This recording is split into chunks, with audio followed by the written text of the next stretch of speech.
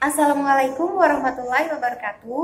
Halo teman-teman, apa kabar? Sebelumnya perkenalkan dulu, nama saya Anindita Eksarianti. Saya mahasiswa dari Universitas Muhammadiyah Purworejo yang pada kesempatan ini saya akan menjelaskan sedikit mengenai mata pelajaran matematika untuk kelas 3 SD, yaitu membandingkan pecahan dengan pembilang yang sama.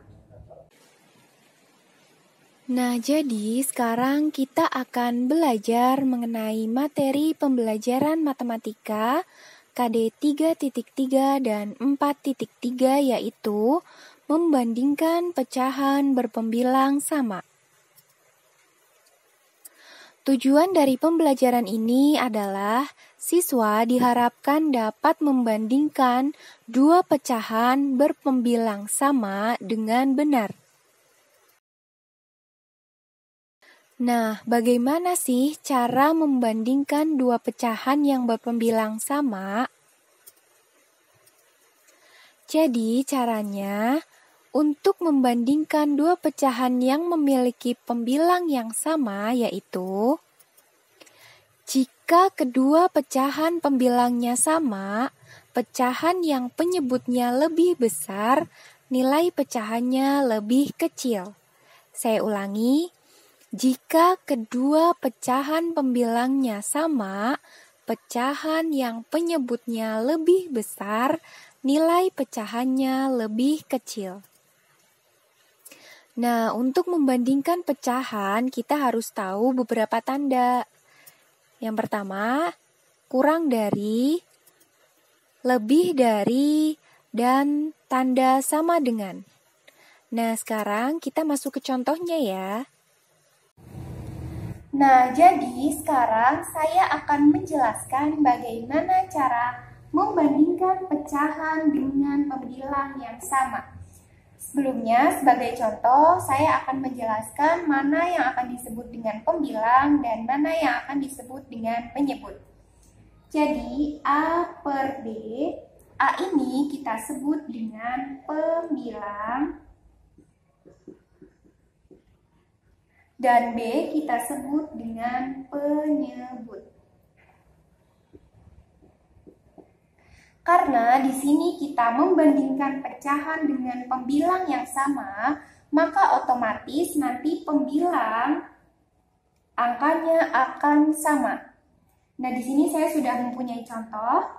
Elsa mempunyai satu loyang kue yang dibagi menjadi 1, 2, 3, 4, 5, 6. Satu loyang kue Elsa dibagi menjadi 6 bagian. Maka menulisnya, satu loyang kue dibagi menjadi 6 bagian. Nah, Rani mempunyai satu loyang kue juga, tetapi dibagi menjadi 1, 2, 3, 4, 5, 6, 7, 8. Satu loyang kue Rani dibagi menjadi 8 bagian, maka menulisnya satu loyang kue dibagi menjadi 8 bagian. Nah, sekarang kita bandingkan. 1 per 6 lebih besar atau lebih kecil dari 1 per 8. Nah, sekarang kita lihat. Karena potongan kue Elsa dibagi menjadi 6 bagian, maka satu potong kue milik Elsa hasilnya lebih besar daripada satu loyang kue milik Rani. Paham ya sampai sini? Jadi 1 per 6 hasilnya lebih besar dari 1 per 8. Jadi yang terbuka ini adalah yang lebih besar. Bisa dimengerti ya?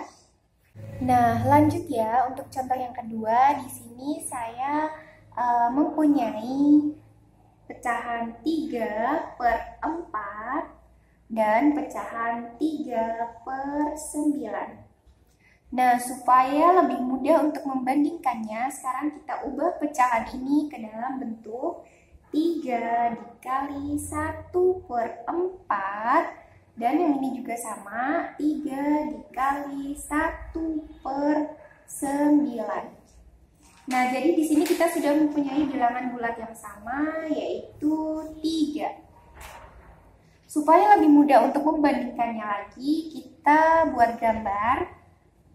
gambarnya seperti ini kotak. Jadi 1/4 menggambarnya. Satu kotak ini kita bagi menjadi 4 bagian. Seperti ini. Dan yang ini kita buat kotak juga. Ini kita bagi menjadi 9. Kita bagi menjadi 3 dulu. Lalu kita bagi menjadi 9 bagian. Nah, seperti ini ya. Jadi 1/4. Sekarang kita arsir gambarnya menjadi 1/4. 1/4 berarti yang diarsir 1. 1/4. Kita tulis 1/4. Dan yang ini juga sama. 1 kita arsir 1. Dan ini jadinya 1/9. Nah, bisa kita lihat hasil arsiran mana yang lebih besar. Jadi 1/4 hasil arsirannya lebih besar daripada 1/9. Jadi bisa kita simpulkan 3/4 hasilnya lebih besar daripada 1/9. Jangan lupa yang terbuka itu adalah yang lebih besar. Sama yang ini juga 3 dikali 1/4 hasilnya lebih besar daripada 3 dikali 1/9. Itu dia tadi sedikit materi yang dapat saya sampaikan, kurang lebihnya mohon maaf. Sampai jumpa dan wassalamualaikum warahmatullahi wabarakatuh.